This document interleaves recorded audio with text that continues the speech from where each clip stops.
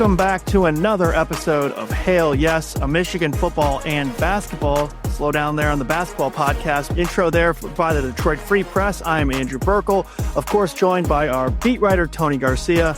And Tony, we are fresh off a Michigan basketball beatdown of Oakland, so we just got to start there, man. As far as impressive openings, it doesn't get much better than that, right? Just a complete annihilation and basically everything you could ask for, record-breaking first game of the year. Yeah, I mean, I wrote about it on Freep.com after the game. I think you take that game even in December, when like late December, when you have those final bye games before you really get into the slog of the league slate, and you had a couple months, you're gelling a little bit, and oftentimes you'll see teams beat a Western Kentucky or what have you by 40 points at that time of year. But to look like that against, just in the opener, but also against a team coached by Greg Kampe, who is projected to finish like top 2 or 3 in the Horizon League. They got a League Player of the Year contender, and this was a beatdown of the highest order. There, and we'll get this part out of the way because Will Cheddar brought it up post-game. He's like, look, our defense left a lot to be desired, but nobody's noticing that when you are scoring 121 points, when you score 69 points, which is the most in a first half of any game in Michigan basketball history.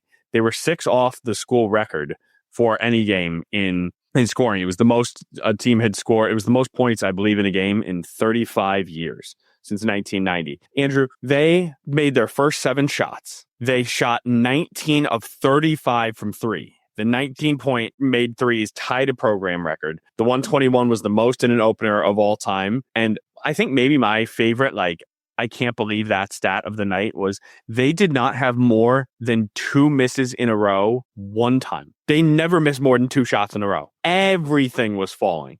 Just to clinic, they had 29 assists. That is such an elite number. There's nothing more you could ask. I mean, we'll get into all the individuals, but Trey McKinney hit 6 threes. Will Cheddar hit 4 threes. Namari Burnett hit 4 threes. Jackson Lendenborg hit both of his. Charlie May hit a 3.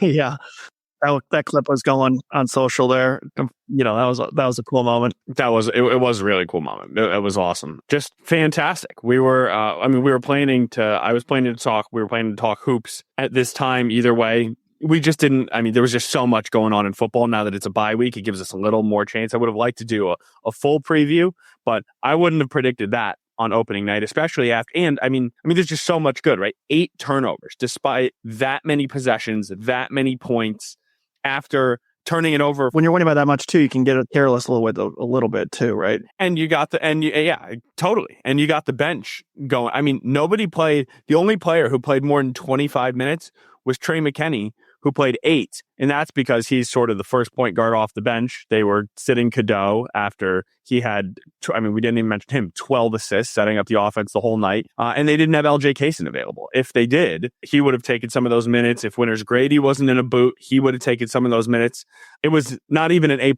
It was an A++ opener. And on a night where they raised a banner for the Big Ten tournament title last year, you couldn't help but think this is a group that is capable of raising more than just that this year. And if there was anything that could make the night even better, Jeffrey High Knees Anderson was in the building to just add it to another extra level, right? So it was a all beautiful night for Tony. I love the tweet showing him jogging down with some extra high knees. That was an extra juice, right? If college basketball season wasn't already back, that's how I knew. I'm like, all right, we are in full swing, baby. Anytime you get Jeff Anderson in a game, you're just looking for it on the sideline. It was fantastic. Absolutely. So we want to talk about the individuals, but man, I mean, this is why you're glad that the exhibition against Cincinnati, you get that out of the way before the season, right? That's why you can't overreact to some of that stuff, right? And you don't want to overreact to some of this stuff, right? So let's get into the specifics. The Twin Towers is the first thing you kind of wanted to highlight, right? Rez Johnson and Mara, and then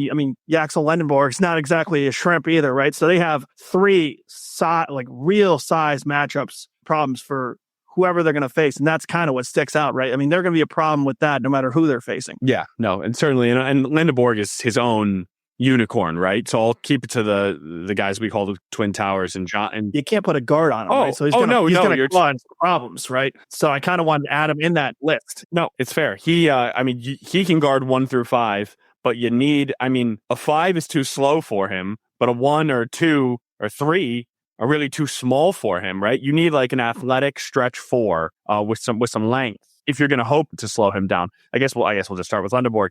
He had a heavy tape job around his right wrist, and he obviously was not being utilized in the way he's going to be for the majority of the season. He didn't miss a shot. He was 4 for 4. He scored 12 points, made all his free throws, and made just a couple.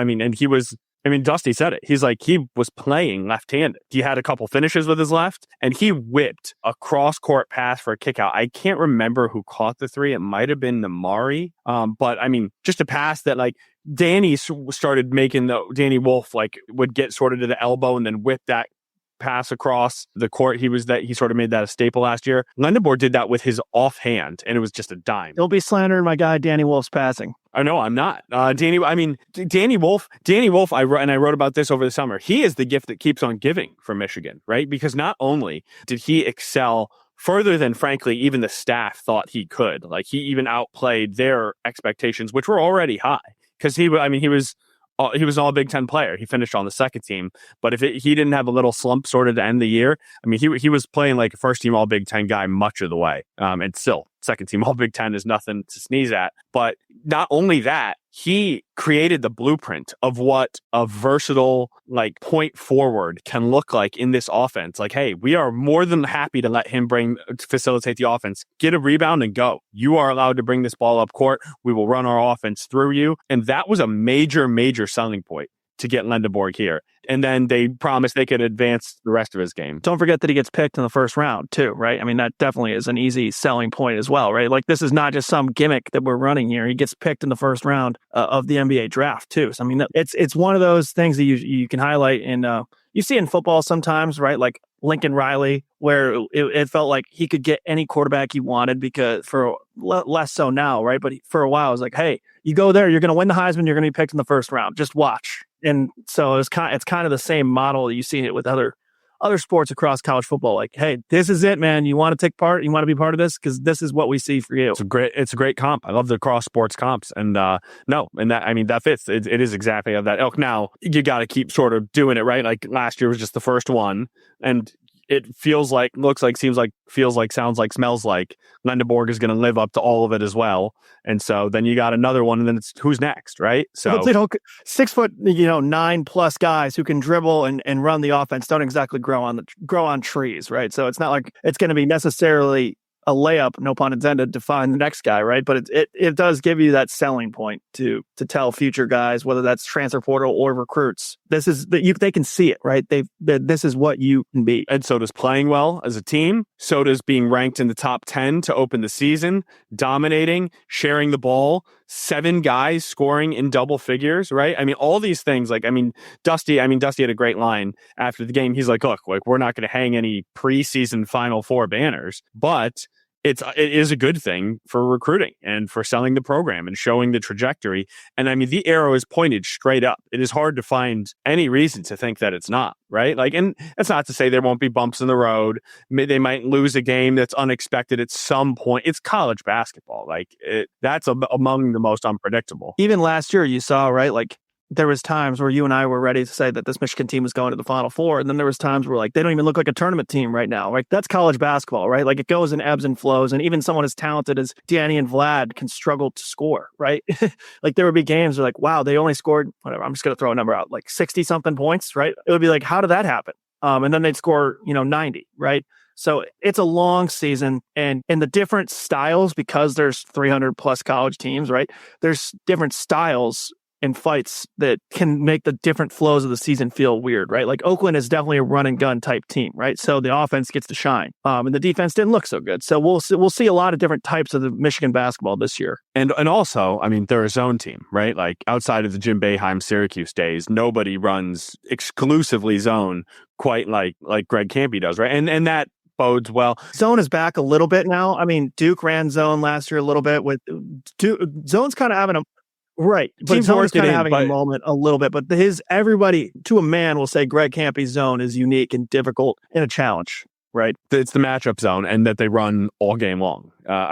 Dusty May explicitly put this at the front of their schedule so they could install their zone offense for the moments if and when down the line other teams sort of throw some wrinkles at them. And that also is part of the reason why, I mean, it's sometimes, I mean, X's and O's versus Jimmys and Joes. There were not enough Jimmys or Joes on Oakland's side to slow down Michigan's front court, which we started this conversation with, but are now circling back to. And Morris Johnson, career high 24 points. Adai Mara could have slept walk to a double-double. He had 12 and 12. There were just no answers for them around the rim. I mean, they're getting offensive rebounds, put back. They had a little two-man game going early on. Mara's scored the first 4 points of the year on 2 alley-oops. And they told us about that in the preseason. They said that throw it up. Like, that's going to be a big part of this offense. And it took 13 seconds into the first game of the season to see it. And that's also why, like, that Cincinnati game, neither of them played. Right. And so they got punched in the mouth. They fell down by 20. And I mean, Dusty's like, look, I mean, I think any team is going to really struggle if you're out 2 of your top 3, 4, however you slice it, players. And you see the impact. I mean, combined, they're 36 and 17 or something on, and neither of them played more than like 24 minutes, 22 minutes. Mara, 24. Morez, 22. I mean, that's insane production. Anytime you have two I'll just say 2 Twin Towers, big guys, whatever you want to say. The question is always going to be down to spacing, especially in 2025. Michigan showed that last year they could navigate that with Vlad and Danny playing the bulk of the minutes together. 121 points obviously would say that the spacing worked, but how did you see the spacing as far as those guys? Is that going to be something that teams are going to clog the paint? You know, the teams who have more Jimmys and Joes, was it too hard to tell what the zone? I just feel like that's going to be one of, if not, especially with Cadeau, who, you know, has his jump shot he's been working on, but that's also a question. The question mark around Cadeau is his jump shot. So how would you say the spacing looked in the action you saw here? I would say that the zone, I feel, renders it like it's a tough read because, I mean, there are just spots that you're trying to get to, right? Like Mara was sort of like that in the middle of the 2-3, that like free throw line extended, like starting on the free throw line and then running it side to side, depending on which side the ball was on. Morez more running the baseline. But I mean, they were getting into their offense so quickly. A ton of it was in transition. Just they're getting the ball up court so quickly and just rim running and getting offensive boards. Mara stepped out and took a 3. I think he might have taken 2. No, he took 1. Or I meant Morez. Morez took 2, and so they were 0 for 3 combined. But the fact that they're even willing to step out, I mean, that shows that they're not just parking it underneath the hoop and cherry picking, right? So these are guys, and more. I mean, I could spend a whole podcast talking about what Morez Johnson Jr. looks like. This dude, his feet on the defensive end, it was, and you don't want to get ahead of yourself, and people don't like when you make comps to certain other teams, certainly the 2 rivals, but I'm gonna tread lightly when I do this. On defense, it was kind of Xavier Tillman-like. I mean, like, big enough, strong enough to hang with any bruiser down low, and quick enough, agile enough, athletic enough, moving his feet to, the name of the guard escapes me, who was trying to put the moves on him along the right baseline at one point in the game. And I mean, he just shut it down. Like he stopped the shot fake, broke his feet. I mean, he wasn't leaving his feet and jumping and flying at people and like running by. I mean, he was just fantastic. There's way more people to get to, but Morez Johnson Jr., I would put him as a sneaky, and Mara too. I mean, Mara had 5 blocks. Morez Johnson Jr. is a sneaky all Big Ten defensive player, like just put a pin in that. I would say he's going to have a hard time because Mara is going to rack up so many blocks, and there's so many people who just vote based on the box scores, right? But I mean, it shouldn't be that, right? But Morez Johnson, is he a little bit of a Montrezl Harrell, just kind of relentless? That's kind of was the comp that I was remembering from last year when he was on Illinois. It was just like relentless, kind of a tweener between the 4 and 5, but he brings enough skill and just dominates you with like good feet and relentless energy to a degree. It's another good comp. I would say he feels a little less raw to me. Like Montrez was like, all right, this guy is just a freak of nature and is going to do enough damage. Sheer ball of energy, yeah. And Morez is more than that. Like more like there is some skill to his game. There's a little bit of finesse to his game. Like one play in particular, he caught the ball, he got the ball down low and had position, but he didn't just go up with it. He took like he was between the basket and his defender, yet he still took a power dribble, sort of back to his, I guess we'll keep it PG, rear end into the defender, and I mean hit him with the clear out and then just throws down the flush. I think that made it like 26-10 or something at the time in the midst of Michigan's 20-0 run that blew the game open in the first half. But so, I mean, he's not just a bull in a china shop, which I felt like Harrell was at times. He's got some touch. I think he made all of his free throws. Maybe was he one of the guys who missed a free throw? No, I mean, he was 4-4 from the stripe. I feel like Montrezl Harrell was like a 65% free throw shooter, and 4 is a small sample size, but they look good. He's got a good stroke. I remember thinking that during the 2 practices we watched. So a ton to like. Okay, so we still have a couple more things we want to highlight. McKinney looked really sharp. Obviously, I remember you saying that in the Cincinnati scrimmage, he didn't play his best, and you kind of thought about that. You said that might be his worst game ever, right? Got that out of his system. 6 of 8 from the mid-range. Looked the part. You can see it sometimes. And that was always the thing with McKinney, right? He was always said to be the kind of guy who's going to look the part athletically and skill-wise, that he's going to be a plug and play right away, right? Yeah. It was 6 of 8 from 3. I know you meant that. Just might have misspoke a little, but yeah.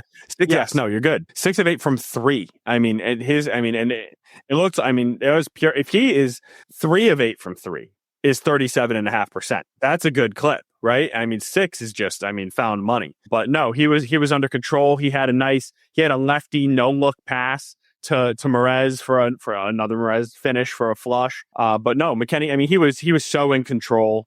I wonder if the zone in a way sort of helped him because he had to let it fly, right? Yeah, he had to let it fly. You're not thinking about it. They tell you, like, if you are open, you are allowed to shoot. They're like, it's not the Bo Ryan, Wisconsin years where they're bleeding the clock, trying to use 25 seconds off the 30-second clock and then go facilitate their offense. Just about everybody has a green light to shoot if they are open. I mean, Michigan likes to say, open shots are the best shots we're going to get. So we trust you to take it. I mean, Adai Mara is not going to be letting 7 threes fly a game, but McKinney will be, Cheddar will be, Namari will be, Roddy will be, LJ will be, which is great when he's in the game, certainly green lighted. So no, I mean, super impressed with Trey. No turnovers as well. That was really big. He had been kind of coughing the ball up through a couple of games. Well, the whole team, right? The whole team tightened up the turnover problem. But yeah, I mean, I think the biggest, like, as you're running through those names, what stuck out to me, and I was going to highlight this anyways, is like the depth is there, man. I mean, Roddy and Mari and Cheddar, those were all guys that like you needed a lot. You needed a fair amount out of last year, right? And different varying parts of the season. And you would think back, like, is this depth going to hold up, right? Top to bottom, there would sometimes be questions about that. And this year, it's like they go 10 deep, right? When they get Kason back, and you have maybe Goodman, who's going to, they're going to be spot minutes if you want to get him some time. Like, there's going to be so many guys who they're going to want to play and can play, not just want to play, can play. Yeah, the toughest part is going to be finding, you got to press the right buttons at the right times, find the lineups that sort of seem to work together the best. There's going to be different, like they say, styles make the fight, right? Well, Michigan's got fighters who can fight in every style. They can go big, they can go small, they can space it. If they wanted, they could put Lendeborg at the 3, Morez at the 4, Mara at the 5, McKinney at the 1, and Roddy or Namari at the 2. That's 6'4", 6'5", 6'9", 6'10", 7'3". That's an NBA lineup. Or if another team, and that's not a slow lineup, right? Like, so like, even when other teams go small, they don't have to just match small, but if they want to, Yax can play the 5, Cheddar can play the 4, Namari at the 3, Roddy at the 2, Cadeau at the 1. I didn't even mention LJ Kaysen in there, who they said had a great summer when he wasn't dealing with a couple various injuries. But just like a few final points, unless you got like more you want to ask. Elliot Cadeau, this dude just set everything up. He was, I called him the conductor, right? He was the conductor of the offense, the conductor of the orchestra. 12 dimes, the most for a Michigan player since Mike Smith in 2021. He was one off of a career high. Just one turnover. 12 to 1. That's a Scooble strikeout to walk ratio. Like, that's insane. Like, you want to be at 3 to 1. Fantastic night. And that Cadeau thing felt so purposeful when Dusty May went out and got him right away. It was like, this is what we need in the to be our conductor, right? And you mentioned all the fast break and flying in transition, right? Like, that's what Cadeau does. He doesn't have a flawless game yet. As far as like the jump shot is always going to be a concern, especially when push comes to shove in the half court offense. But what he's going to earn you in that push and and that style almost feels like, I think we're going to come back to that a lot this year. And Dusty purposely targeting that style of player to tie all these different parts together, right? Yeah, no, he said it. I mean, he called him a true point guard after the game. And oftentimes, Dusty hasn't really had one of those on his team. He likes a lot of people to be able to facilitate the offense and just get the ball up court and run and gun. But he does, after last year, he did want someone who they can rely on. Game in, game out. What you do is pass, and what you like to do. What you do well is pass, and what you like to do is pass. And that is Cadeau. It's also Lendeborg. It's also Mara. These are a lot of guys who can really pass much better than their typical like counterparts at their position. And I mean, just lastly, to go over, I mean, just how comprehensive this win was. So Michigan won points off turnovers, 19-4. They won the rebounds, 40-22. They won second chance points, 14-7. They won bench points. Talk about depth, 55-7. They won points in the paint, 46-26.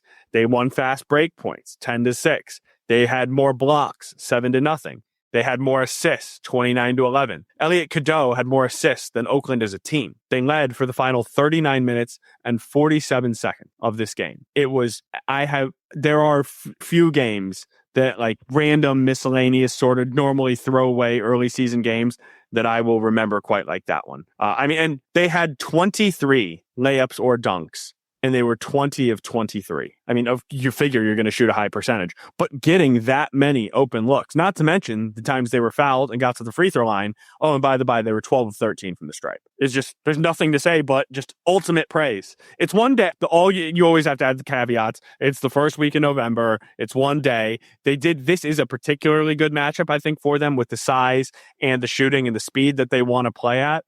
But you could put up 121 against Ann Arbor Pioneer, and it's like that's not bad. No question. Anything you're watching in the coming weeks here? Obviously, Wake Forest up next, right? But any games you really have circled as far as teams that are going to give Michigan a bigger test between now and when we might have a little more time to talk basketball, because obviously football is going to be kicking right back up next week, right? Yeah, I mean they got Wake in Detroit. I see them winning that game. They play TCU in Fort Worth. Maybe just like a road environment. Like maybe that's not easy, but they're the better team. I think this isn't until December, but Villanova comes to town. But I'm pretty sure Villanova just lost its opener to BYU last night. And I don't think this is expected to be a great Nova team. No, they're not supposed to be great, but I did watch them last night. And keep in mind, BYU's in the top 10 in the country because of AJ DeBanza. So they're not your typical BYU team. So yeah, I'm going to go on the record. I don't really like his attitude from what I've seen early on. Dude, his game is nasty though. His game is he's like an alien out. I didn't get the game was at the same time as the Michigan game, so I didn't get to see it. I saw the highlights on social media, and I mean he's got a bag. We know that much. Literally and figuratively, right? Literally and figuratively, very on good. The court. Yes. The Invitational, the New Era tournament in Vegas over Thanksgiving week, that could be, I mean, they could trip up there. They got Auburn in that one. Think they may have North Carolina, the exact, I mean, I focus so much on the fact that that's the Ohio State week. It's escaping me. They play San Diego State. Yeah, San Diego State and then Auburn. And then there's some other capable teams depending on how they do in the first two rounds. If they're in the championship game, third place, fifth place, what have you. A couple spots, but the other Duke game, the other non-con main game is Duke. And yeah, that's late. That's not for a long time away, but I just wanted to highlight that that'll be we'll be busy with that when that one comes. But long time away. So Wake Forest is a decent team. Probably, I mean, they'll be on the fringes of the tournament this year. TCU, don't know as much about them, but Big 12, it's a really good conference. You expect they'll be prepared. Middle Tennessee State, they've had success against teams in this state in big spots before. So, and they're expected to be a pretty good mid-major. So there's another decent look. As we said, San Diego State, Auburn. You got Villanova. You got Maryland on the road. You got McNeese, which is none of these are like quad 4 games, right? Like a lot of these are like solid teams. I know I'm prisoner of the moment right now a little bit. Oh no, I can see where this is heading. It's short of that tournament in Vegas. I think that's probably where they slip up. Other than that, I could see this team being like running the table through this calendar year, I would not be surprised in the slightest if there's a time this year where they're ranked number one in the country. I really wouldn't be. Well, that could happen in the next few weeks if they beat Auburn, right? Or, if they beat Auburn in that Thanksgiving thing and they're undefeated and rolling through teams and a couple teams ahead of them lose, right? I mean, I think that's more plausible than them hitting the new year undefeated, don't you? I mean, I think they're part and parcel. I think they will hit number one if they are undefeated. And if they're not undefeated, then they won't. They kind of one sort of has to happen. Yeah, I was just saying that I think they could hit because what are they they're number 7 now, right? A couple teams in front of you lose, you keep looking impressive, you're blowing teams out. I'm saying you could get to number 1 if you don't, even before you get to that New Year's, because I don't know, college basketball history tells us that it's more likely than not that they probably will lose a stupid game that they shouldn't, or a game that's 50-50. And Michigan, the only thing you would point to last year was Michigan played a lot of close games last year with under May, right? Every game felt like it was close, right? So we'll see, totally different group, right? But you still have the same guy in charge. So we'll see if this is a team that's more capable of putting everybody away, right? Yeah. Now that I just talked them up, I mean, as much as I'm as you're capable of, watch them be down by 10 at the half to Wake Forest or something like that, right? Dude. Like as soon as you started saying, I'm like, oh no, it's clockwork. But if you're a Michigan basketball fan, could not start better. Okay, I think we covered basketball pretty good there. 30 minutes during the middle of football season is about as solid as any Hoops fan could ask for. So I hope you guys enjoyed it. Let's take a quick break and we'll get to some football on the other side.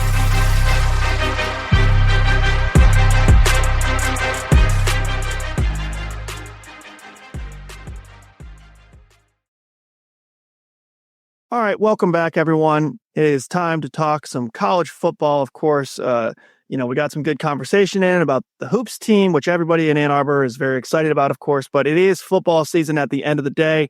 The college football playoff rankings will come out on Tuesday night. We're recording this Tuesday afternoon, so we don't have those yet.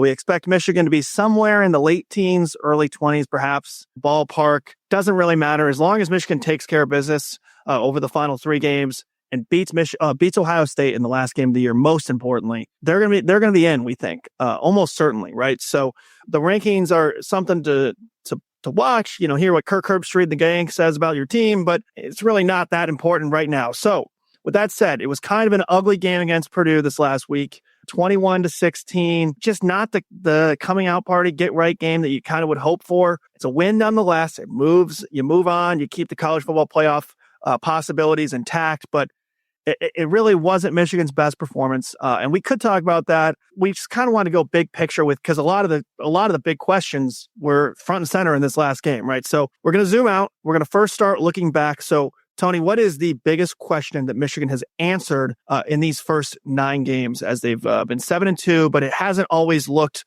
smooth or easy, right? Yeah, I would say it was a question that they firmly answered for me this past week when so much did not go right. This running game still did. And even with Justice Haynes out in a boot, getting procedure on his right foot, Jordan Marshall, I mean, they really do not miss a beat when Jordan Marshall is the lead back. He had 185 yards, 3 touchdowns, most rushing yards since Donovan Edwards in the Big Ten Championship game in 2022. So almost 3 full seasons since somebody, and he had a 25-yard grab, so over 200 all-purpose yards.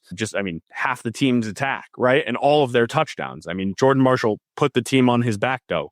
A la Greg Jennings. Dude, there was that Marshawn Lynch-esque run, too, where he was kind of stuck in the pile, and you're like, it looks like it's going to be dead. Next thing you know, he's somehow coming through and and he's on his feet, not even dragging anybody. He's in the end zone. It was like, man, he was running with some passion. Houdini. He just teleported from one spot to another. In the box, we all got, it usually takes on, we've all seen a lot of things, right? And so we'll talk and have banter about everything, but there was kind of an audible, whoa, you don't see that one often. You don't always hear the whistles in the press box because of the glass and everything, right? You don't know exactly.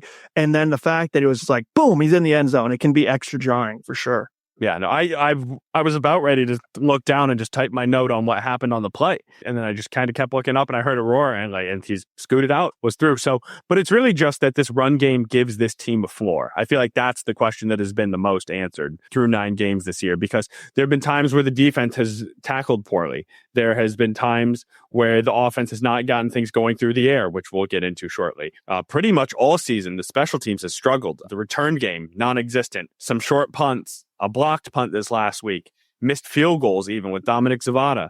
Even the coaching. There are times you feel like Wink was maybe putting a little too much on the plate early. There were times where you felt like against Oklahoma, where Chip Lindsey was too conservative with the offense, right? Like there's been so many pieces that just weren't what you wanted to see. But this rushing game, week in, week out, their last 3 weeks, they have 714 rushing yards in 3 weeks. The last 2 games, they have 7 touchdowns, all on the ground. I mean, it gives them a floor. It gives them something to lean on. Now, I think Michigan might be using it a little bit too much as a crutch. They're continuing the narrative of, oh, well, we don't have to pass to win. We can run to win. It's like, I think it's more that I don't want to get ahead of myself, but it's like, are you not capable of passing and you are forced to run? Like you're saying it like there's an option here.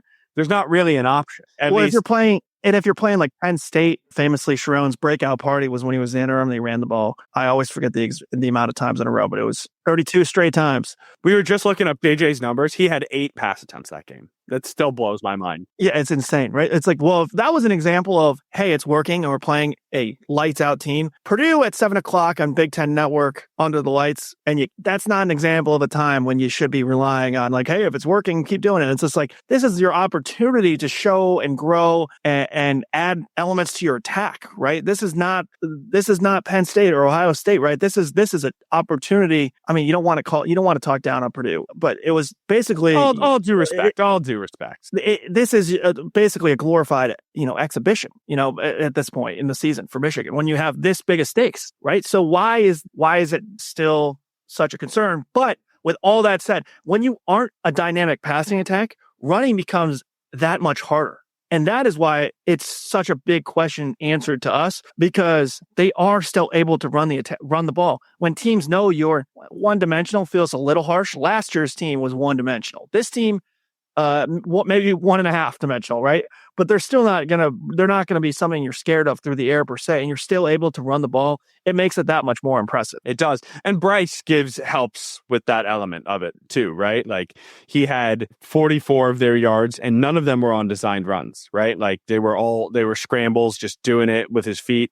Now you can talk about the good and the bad with that. We'll get into it momentarily, but just for man coverage, I mean, somebody's unaccounted for. Like the quarterback is unaccounted for. And so it's just that football is so often a numbers game. Like it's very complicated, but sometimes, like they say, like keep it, like it's stupid simple. So keep it simple, stupid. Like just sometimes you got to just trust what works, use the numbers to your advantage. And also for second Jimmy's and Joe's reference, Jordan Marshall is a dude like this. I mean, Justice Haynes is a dude. These are 2 of the 5 best. Everybody thought it was going to be like Nick Singleton and Katron Allen as the best 1-2 punch in the Big Ten. It is Justice Haynes and Jordan Marshall by a mile. Like it's not even close. And so, I mean, that's what's really been answered to me. To do it, like you said, without the fear of like some elite passing attack or really an offensive line that's paving a ton of like holes for them. Because like this last week, Jordan Marshall averaged 5.1 yards per contact, or yards after contact on each carry. He had 25 carries. Some simple math tells me that's 130 yards after contact, which means he had 55 before contact. Those aren't massive holes. You're not getting to the second level before someone's getting an arm on you. This dude is falling forward. He's run the ball 124 times this year. One time he's lost 1 yard. That's it. He just falls forward. He just goes and goes forward. Well, and it's huge with the news this week, right? With Justice Haynes, as you reported, getting surgery, right? So we don't know exactly the timeline, but it's darn good to have Jordan Marshall in your backfield, right, alongside Justice Haynes, right? Yeah, oh no, for sure. They were not. There's a lot of times you got to read between the lines with just because we're not privy to practice with like, oh, this guy's doing great. This is this and they didn't even call them 1-2. They called them 1A, 1B. This is what 1A, 1B looks like. Truth in a true false quiz. Mark that true. That was very much true, and they'll certainly be without Haynes against Northwestern. I'm told the expectation is he's also going to sit out against Maryland, and they are going to reassess and hope that he is ready by Ohio State. It's going to be the Jordan Marshall show for the next couple of weeks, and fortunately for them, that's not a bad place to be, and that's not going to be a problem. So, okay, I mean, not to reveal the surprise or anything like that, but we want to look at the biggest question going forward too, and it's very much intertwined to what we just talked about. Yeah. I mean, I think we kind of gave it away, but that's okay. I mean, it's the passing game that and specifically, what is it that's not working with this passing game? Because unfortunately, there's a number of options here. Here's another cross-sport reference that you and I can both relate to, right? It's like in golf. If you're missing, you want it to be the same miss. Because it means consistently I'm doing something wrong, but it's the same thing. You don't want to chunk one, top one, slice it, hook it. And then it's like, I mean, like my pass not the same, like my tempo's not right, like I'm pulling my hat. Which one is it? What is going on? You just want a consistent, like, it's not great to just have one glaring hole. But if you know, like, okay, this offensive line, for example, just can't hold up in pass pro. Well, then you work more short routes. You work the screen game in more. You make teams respect, you work the play action and you find ways around it. If it's wide receivers who you can't trust, like Samaj Morgan, he only got 10 snaps on offense this week. Jamar Browder was getting more run. Channing Goodwin was getting more run. You find the next guy up. You just try to work something else. If it's the quarterback, I mean, we saw it last year, and that's really where you don't want to be. You try the next man up. Obviously, I'm not saying to do that with Bryce, and that's not what's going to happen with Bryce. But I'm just saying if it's certainly one piece, there's another flip or another switch to flip. I don't know what the main disconnect is with this passing game. It kind of looks like a little bit of all of these things, because this last week, Bryce was, I mean, I think if anyone on the staff, for the players, everyone was being honest, and he's a freshman, and frankly, he's a highly paid freshman, and you don't want to run him out, and you certainly don't want to rag on him. So you're always going to prop him up. We're allowed to be honest. Bryce Underwood had a bad game against Purdue. It's just a fact. He also had a bad game against Michigan State. That's also a fact. He hasn't thrown a touchdown pass the past 2 weeks. He missed Jamar Browder against like quarters coverage, who ran like a skinny post up the left seam. If that ball's on him, that could have been a 65, 70 yard touchdown run, like run and catch. He missed Zach Marshall on a third down, like I think it was later that series or maybe the next play even, just wide open, sort of in that like running an out route on the right side.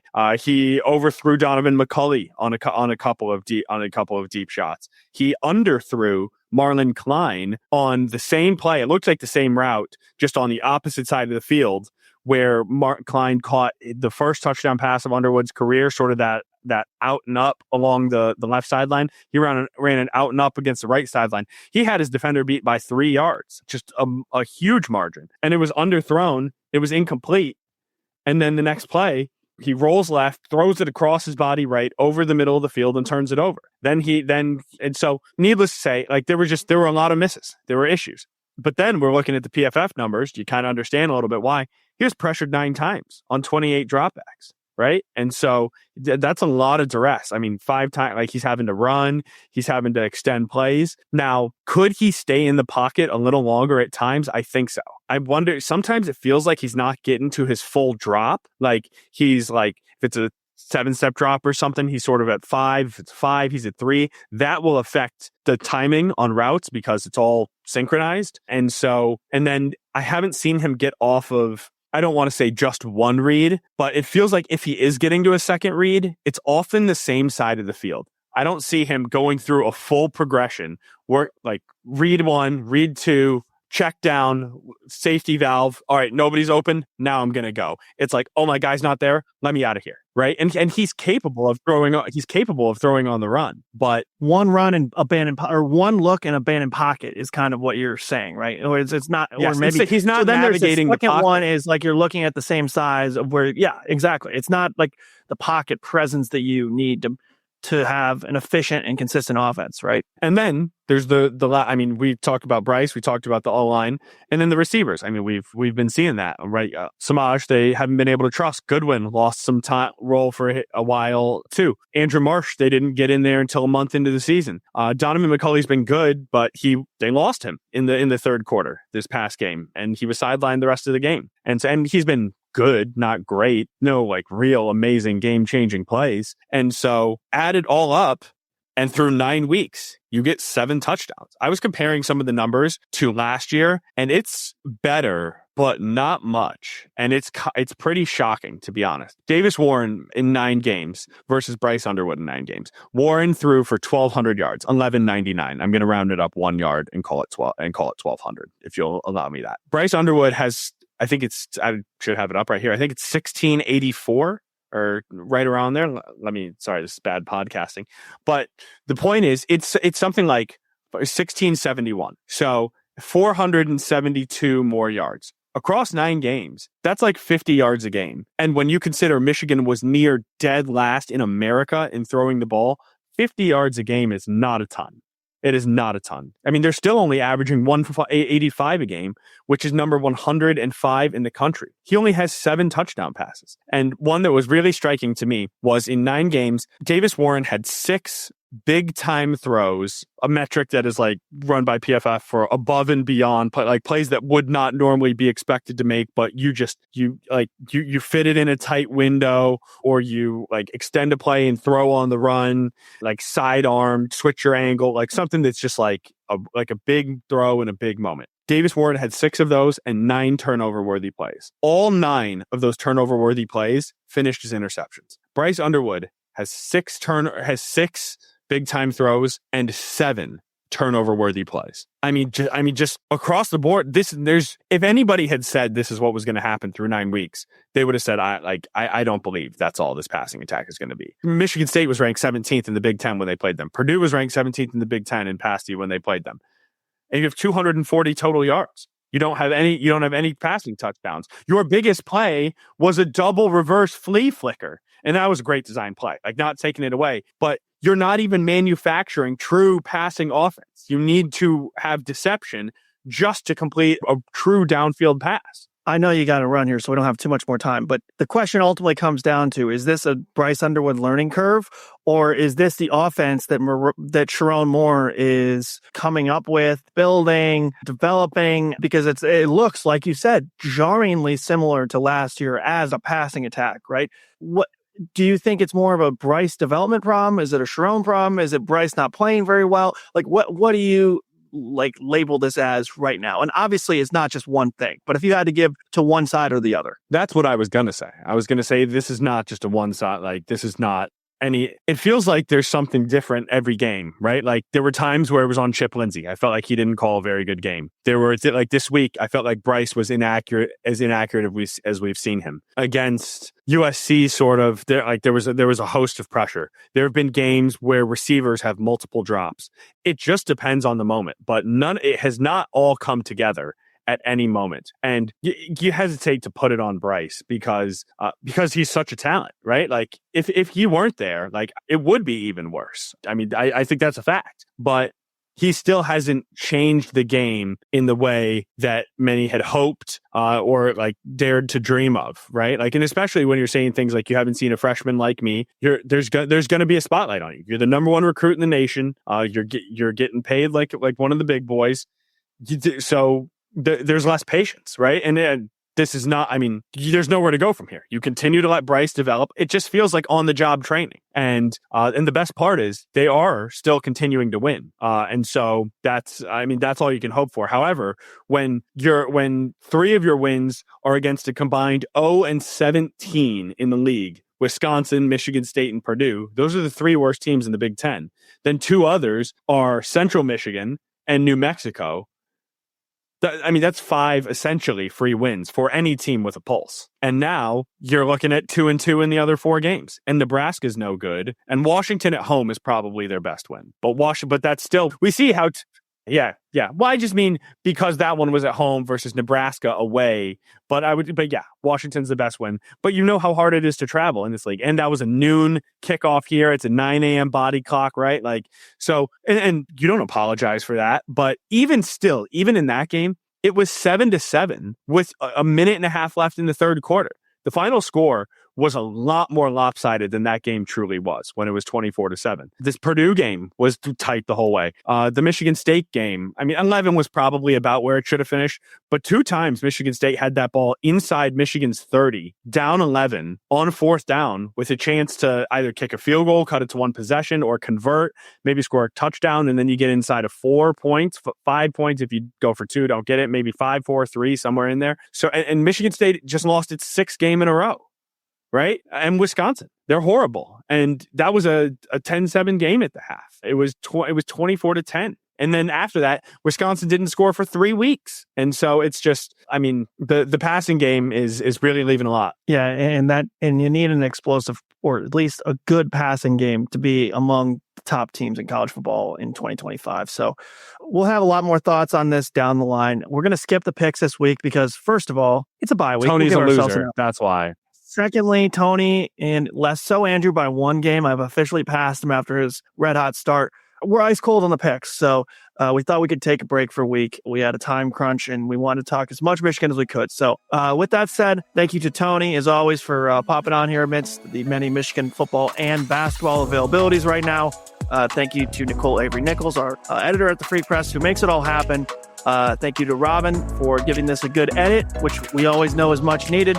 And thank you to our sports editor, Bill Bradley, as well, who helps us with the whole department. So with that said, we'll talk to you guys after a bye week. Another Michigan couple basketball games coming up this week. Michigan football will not play until Saturday the 15th. We'll talk to you guys next week to preview that game and have a good week in the cooling down temperatures here in Michigan.